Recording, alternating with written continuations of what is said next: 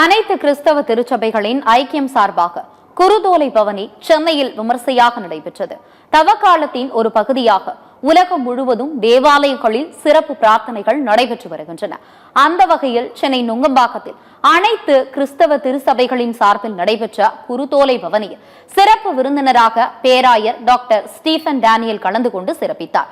சிறப்பு பிரார்த்தனையை துவக்கி வைத்து குருதோலை ஞாயிறு பேரணியை அவர் தொடங்கி வைத்தார். கிறிஸ்தவர்கள் குருதோலைகளை ஏந்தியபடி பேரணியாக நுங்கம்பாக்கத்தின் முக்கிய பகுதிகள் வழியாக சென்று மீண்டும் ஆலயத்தை வந்தடைந்தனர். சிறுவர்கள் முதல் பெரியவர்கள் வரை அனைவரும் பாடல்களை பாடியபடி பேரணியில் பங்கேற்றனர்.